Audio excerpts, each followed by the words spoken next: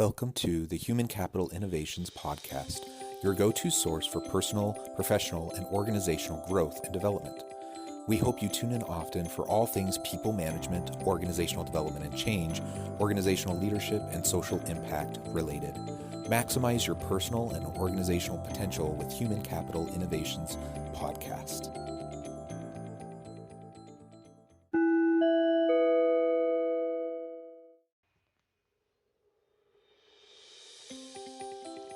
Welcome to the Human Capital Innovations Podcast. In this HCI podcast episode, I talk with Dr. Orin Davis about finding flow in work and in daily life.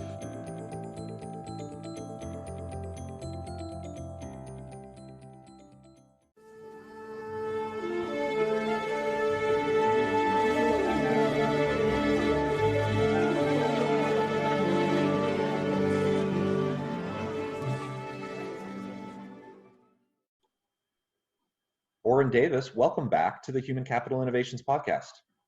Thanks, Jonathan. Great to be back. Yeah, I'm so excited to continue our discussion. Last time we had a really fun conversation about employee well-being, inclusion, and becoming an employer of choice. And I would encourage listeners to go back and check out that episode.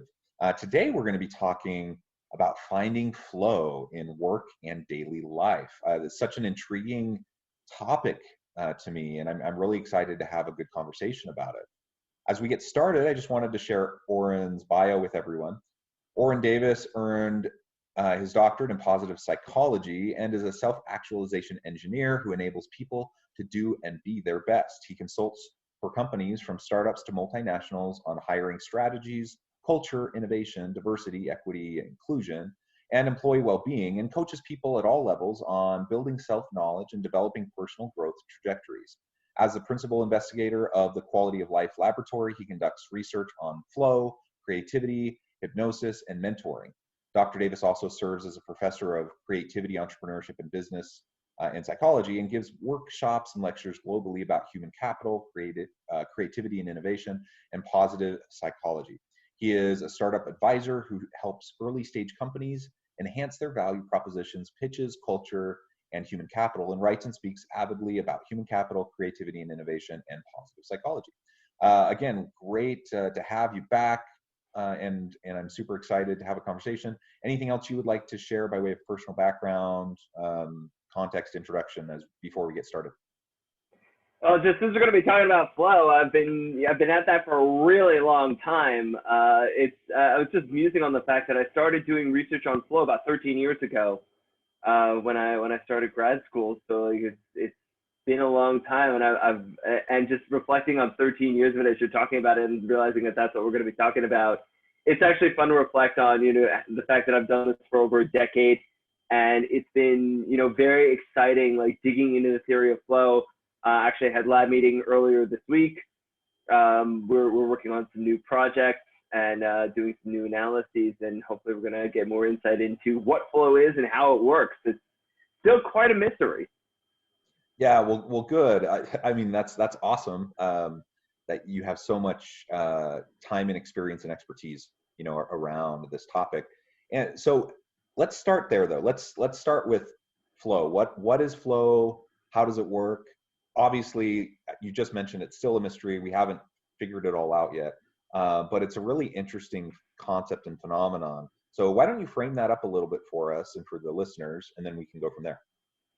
Sure. So often we think of flow as like the optimal experience. Colloquially, people talk about it as being in the zone, but really it's a feeling of being able to put forth your best focused efforts towards a meaningful challenge that is specifically something where you're engaged in the activity specifically for its own sake, where you're intrinsically motivated to do it. You're doing it for the process of engaging in the activity, and you just feel like you're moving along with the activity. You know what you're supposed to do. You know how to do it. You're putting forth a lot of effort, and in retrospect, it's an amazing experience. Often goes along with what Benjora calls mastery experiences that really build your self-efficacy. So it's often a growth experience.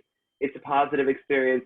one of the most interesting things that people don't realize is that it's a positive experience only in retrospect, not in the moment. That's actually one of the first things about flow that I really need to, get people to wrap their minds around is that, flow is fun when you look back over the experience. But if you stop and think about it, when you're working on a really significant challenge and you're applying high levels of effort to a challenge, that's going to be hard. Like, that's the moment when you're, pushing really hard, when you're expending the effort and you're almost like grunting with the amount of effort you got to put in here. And even though it feels effortless, that's almost like a retrospective view of it. It's not necessarily a happy moment. It's the happy moment is that moment after you nailed it, not the moment while you're nailing it. Yeah. Oh, it's certainly a stretch moment, right? Like you're referring to. It's not easy.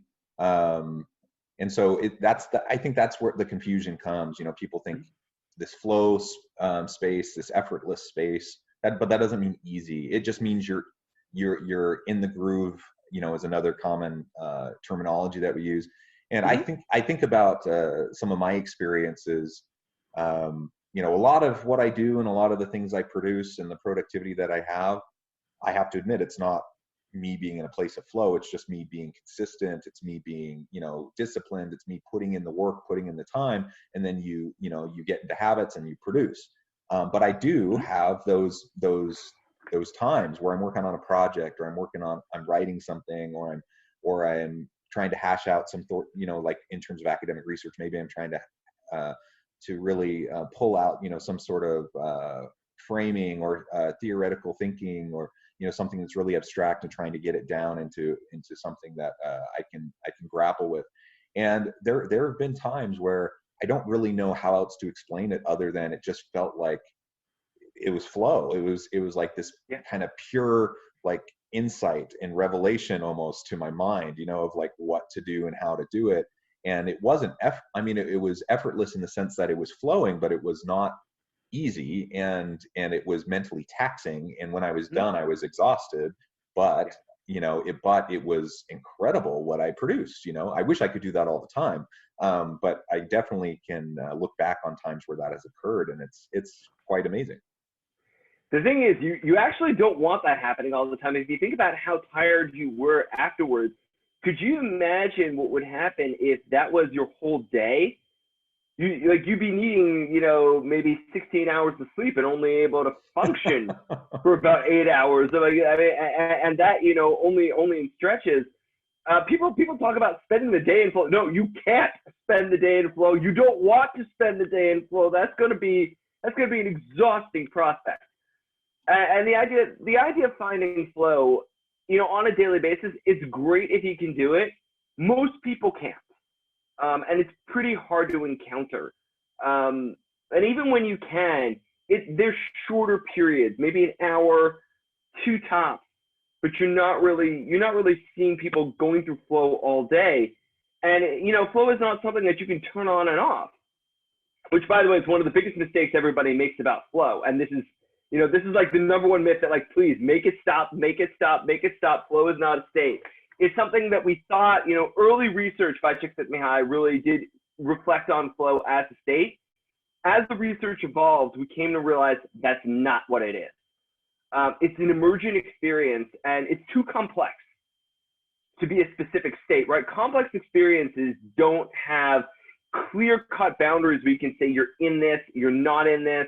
It's a state, it's not in a state. It's something you can trigger. It's something you can't trigger flow. You can't, go into flow on demand. It's impossible. In part because flow is too complex and has too many moving parts. There are a couple things that really prevent that. One of which is the autotelic aspect of flow, the idea that you're engaged in the activity for its own sake. You can't turn your intrinsic motivation on like a switch. That's the first thing. Turning your focus on, yes, absolutely. You can get some of the prerequisites to flow with a switch. And that's good. And if you can train yourself to do that, that's awesome. But that's prerequisite. That's like doing a little bit of meal prep and then being able to pull that out and cook. I mean, awesome. But that's not the meal. Like, your meal prep is not the meal. And if you've, pre-cut everything for your meal prep, and then, that's not doing the cooking, that's not getting a full-fledged meal that's not the gestalt, because the meal is the gestalt, not the element. And the gestalt comes out as you cook. And when you're done cooking, it's not it's not like you start, it's not the ingredients are the meal.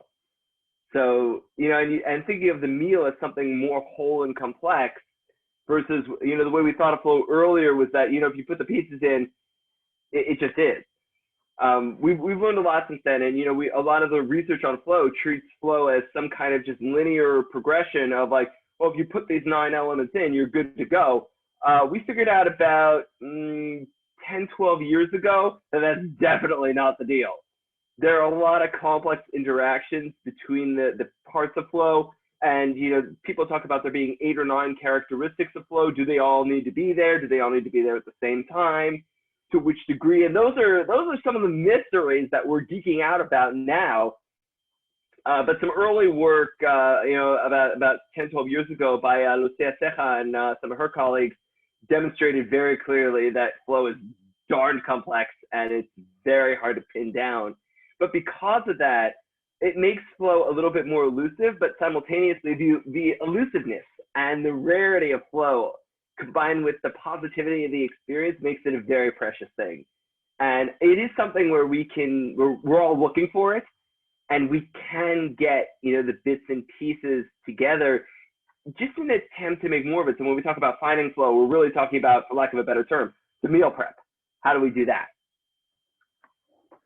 Yeah, I love that. And it's such an intriguing thing because, on the one hand, you're saying we can't trigger it. We can't kind of push ourselves into the space of flow. And in fact, we wouldn't want to be in the experience of flow continually because that would just be exhausting. And yeah, I can totally resonate with that, from the experiences that I've had in the past. So the question then becomes, okay, so what?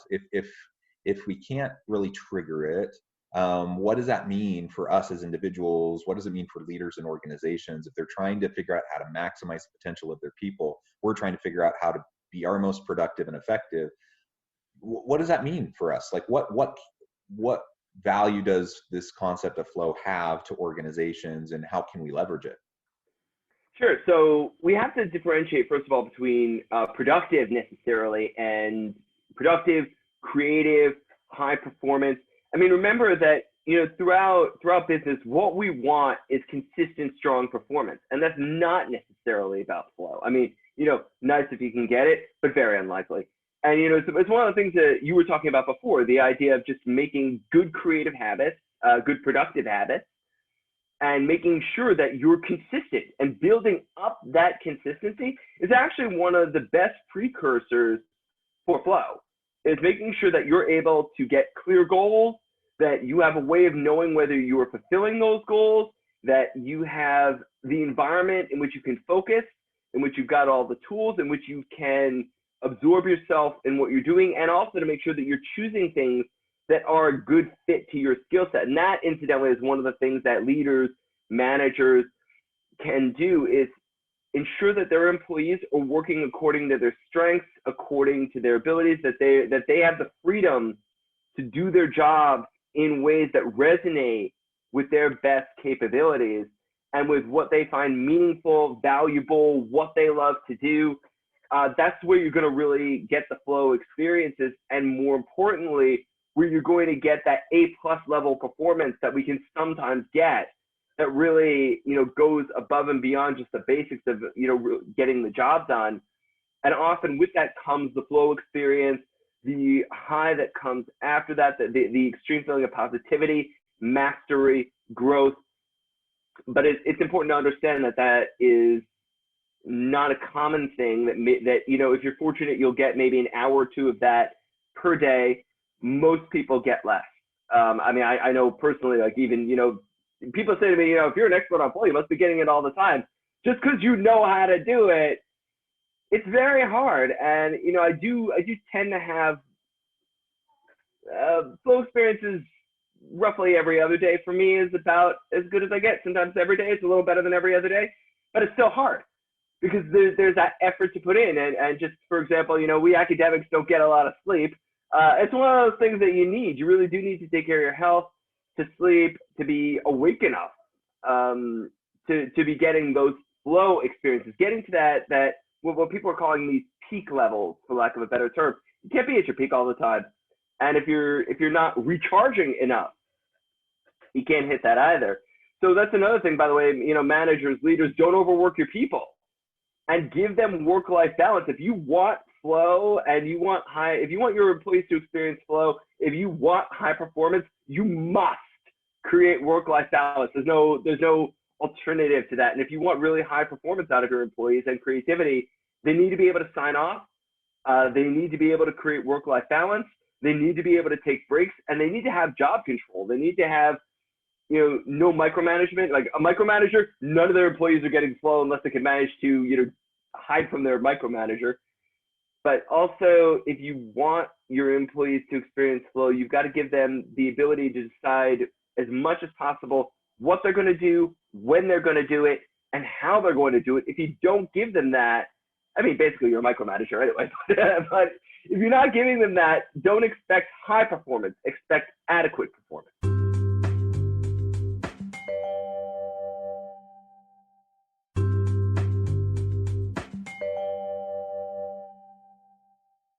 Yeah, that's right. And it's so interesting how you keyed in on the role of discipline as a precursor to, or setting the foundation for flow types of experiences, whether it's at work or at home, whatever aspect of our life we're talking about. And I think, I think of kind of the analogy of you can't draw a full bucket from an empty well, right? So you have to fill the well first, or you have to find a reservoir of underground water, where you can pull from. And so things like sleep, just mental, physical well-being, again, whether that's in our personal life or whether that's at work, finding ways to focus on our employee well-being and making sure people are practicing self-care, taking the breaks they need, mentally recharging, taking time to practice mindfulness and quieting their mind, so that they have the opportunity to get into a mental headspace to have those types of experiences. I think that all of that is really important, and there you can find yourself having those moments without the discipline, but I think those are going to be pretty darn rare moments. But when we can discipline ourselves to eat healthily, to get an adequate sleep to the extent it's possible, to manage our stress and anxiety, to practice mindfulness, to do all those types of things, then we're going to be in a much better place to have those flashes of flow or inspiration, whatever you want to call it, and then we can leverage those experiences. I don't know, what you think or what the research says about this, but I've found times where I'm having that kind of an experience. I can feel it happening as, I can kind of sense that I'm moving into that as it's happening. But then I can also feel that I just don't have the reserves built up to maintain it, So like, it's like what you were talking about. Sometimes you're lucky if you get an hour or 2 hours. I've had times where I feel like I'm slipping in and out because I had a really rough night's sleep, and I'm kind of in the zone. I'm starting to move forward, but I get like 20, 30 minutes, and then I'm kind of like falling out of it because I'm just mentally exhausted. So we just need to give ourselves the best opportunity to be successful. And that really comes back to all of those elements of just good leadership and management that you were just describing, allowing for autonomy, helping people build upon their strengths, helping people connect to their meaning and purpose at work each and every day. All of that is just so important. The research is actually very clear that when we look at a flow experience, let's say an hour-long flow experience, what's actually happening is the flow experience wavers and fluctuates a lot. So what's a little bit weird is we look back over an experience and we see it as a unit, and we don't actually see the bits and pieces. We don't see the ups and the downs. But when we've been able to do research on people, getting their minute-to-minute experiences, we found that at some points the characteristics that generally reflect the flow experience are higher, and sometimes sometimes the measures of those elements are lower. And so really we do go into that because sustaining focus for a long period of time can be hard, but it's not just sustaining focus, it's putting high levels of skill, energy, and effort into approaching a challenge, and that's harder to maintain that for a long length of time, right? Even in a long workout. And I actually enjoy high intensity interval training.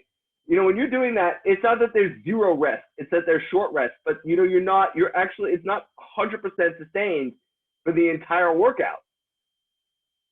You are taking breaks, even if the break is 10 seconds. Yeah. That 10-second break, you're not working out, you're not putting in the effort, you are at rest. And actually, when those moments happen in between, you do need to have the rest. Mm-hmm. So take it, take those 10 seconds, you need them, and don't sweat that. And if you need to take a break, take the break. And yes, you know what, you might lose the flow experience for the moment. But if you put the effort back in, it may emerge later. And if it doesn't, if you're a disciplined person and you're actually still putting forth decent effort, even if you don't have a flow experience, you'll still perform well, right? I mean, and this is the thing, like we're talking about the difference between performing adequately, performing well, and performing at the levels that are generally consistent with flow. And you can still perform well without flow. And by the way, it doesn't mean that all flow experiences are high performance. This is something, again, that people miss this. You can have a flow experience and you're not performing at your best, and you can perform at your best outside of a flow experience. Like the two are correlated, but as the statistician's mantra goes, correlation is not causation. So they can come separately. They often come together, but that doesn't mean that they don't come separately at a significant percentage of the time, even if it's not the majority. Yeah. All this is so interesting. And, I hope as people are listening, I hope, you might be contemplating upon experiences that you've had, whether you've ever used the term flow before, or you just feel those flashes of inspiration, you feel like you're in the groove, things are just coming easily, naturally, effortlessly. I think we've all experienced that. And what we want to do is we want to create a context for ourselves personally and for our employees in the workplace and our teams, where we create the context where these types of experiences can happen and where they can emerge. So there are definitely things you've already mentioned, Orin, things that we can do to completely squash any kind of creativity, innovation, or kind of flow experience. The opposite is also true. If we get away from micromanaging, we empower our people, we give people autonomy and flexibility, we respect their full self and provide for work-life balance opportunities. We encourage, not only allow for, but encourage people to take breaks, stretch breaks, walk breaks, mental breaks, go get some exercise, go, whatever.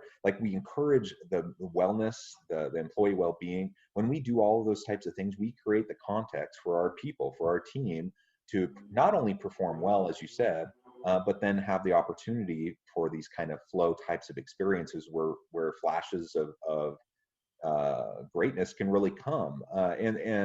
And so we just want to do whatever we can to consistently create those types of contexts, and do whatever we can to eliminate the mechanisms, the policies, practices, procedures, the behaviors that diminish and really will squash any sort of that kind of creativity and innovation. Pretty much, yeah. And respecting the fact that flow is something more emergent is also pretty important, and just accepting that fact that you can do everything right and still not necessarily have a flow experience, because it's often the convergence of a whole bunch of things. And you know what? That's okay. You'll still be giving high performance. And you might even still hit your highest levels even without a flow experience. That can be something else. And one of the things that's very common in flow that we still find high performers don't necessarily experience is the loss of reflective self-consciousness. It's the idea that you kind of lose the sense that I'm the person acting. Like right now, you and I were recording a podcast. So we have in the back of our minds, I'm sitting with somebody recording a podcast, but when you get to a flow experience, you kind of forget about the fact that you're making a podcast. You forget a lot of those things. You forget that you're the person doing this. You just become part of the experience, part of the action. Yourself, your identity sort of kind of goes into the background, and you become part of the activity. That doesn't always happen for people, and they can't always lose that. And there's no way to really make yourself lose it. And that's okay. Also, there's, time distortion.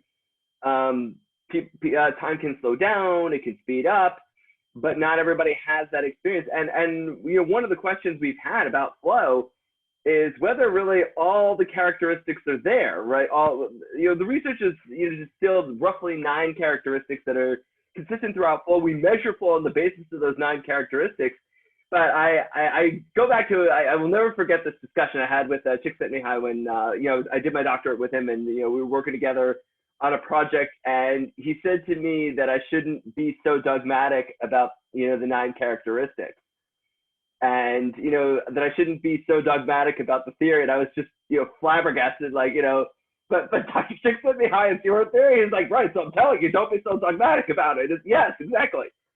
And that was a very pivotal moment for me as a scientist and as a researcher, was, always to remember that the science evolves. And, working with Csikszentmihalyi, one of the things that he was very emphatic about teaching me is that things evolve, the theory evolves. And, in the many conversations he and I had over the course of my doctorate with him, he constantly gave lines, in his own style, but he would say things like, "Oh, that was so 2000. That was so 2002."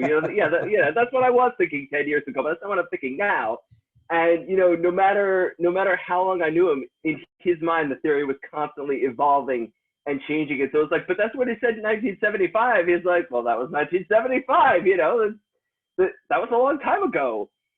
And he kept reminding me the theory evolves, the theory grows, and not to be so dogmatic about what we knew about flow 5, 10, 20 years ago.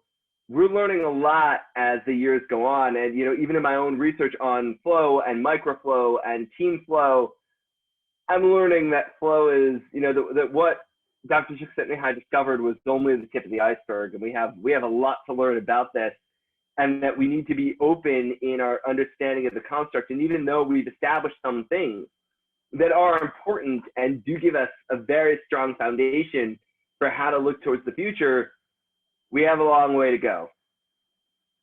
Yeah, absolutely. Well, I think that's a really healthy perspective to keep really in all aspects of life. I'm not a fan of dogmatism, so I think we need to keep healthy curiosity and skepticism, and certainly within scientific fields, that we're constantly pushing the edge of knowledge, right? And sometimes that means we have to go back and reframe some of the previous understandings, or even reject previous understanding because of new information. So that's a healthy lesson for all of us, regardless of the topic, but particularly as it relates to something like this. As you said, it's so complex, the interactions are so complex. Of course, over time, we're going to refine our thinking, we're going to refine our understanding of how it works, how we interact with it. And for leaders out there listening, I hope we can all we can take away from this an understanding of why we want to create these types of consistent environments where people can be their best selves and be their most productive, their highest performing. That does mean sometimes that we will create opportunities for flow experiences to emerge. Orin, it has been a real pleasure talking with you again. I appreciate you so much coming back to the podcast. Before we close, any final word, and also how can people get in touch with you if they want to reach out? Sure. So I guess the last word I'd offer on this actually has to do with the relationship between skepticism and wonder, because people who know me know that I'm actually religious. And I often get the question, how can you be both, religious and be a scientist? And I always flip the question, how could you be a scientist without being religious? and one of the things is the juxtaposition of skepticism and wonder. The best part about skepticism is that it shows you how little you know. It's a constant reminder of how little you know, which simultaneously feeds the wonder of just the vastness that you encounter in the world. And it's like, yes, I'm a rationalist, I'm a positivist, I'm very skeptical of things.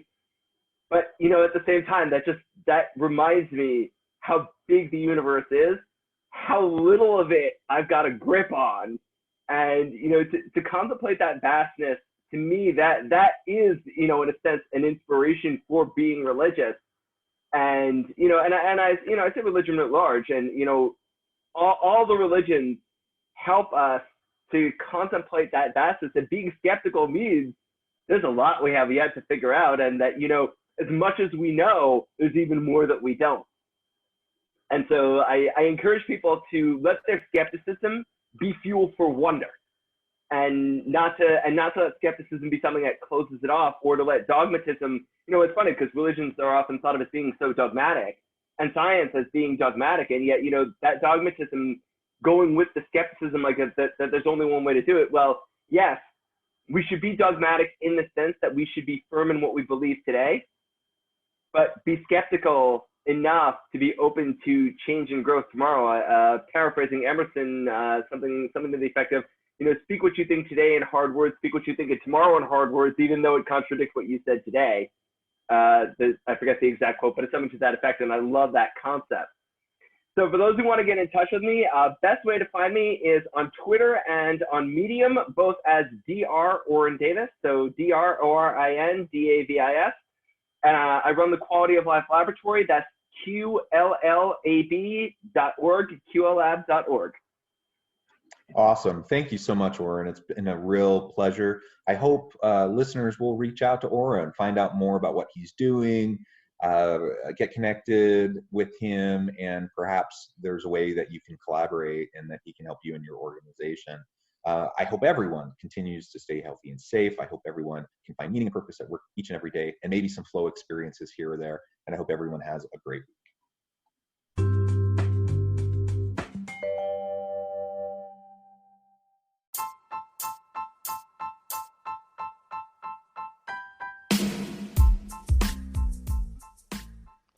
We are excited about the launch of HCI's new magazine, Human Capital Leadership. Human Capital Leadership is a free, interactive e-magazine designed to help individuals, leaders, and organizations find innovative approaches to maximize their human capital potential. We will be publishing issues quarterly in August, November, February, and May. Check out the first issue and let us know what you think.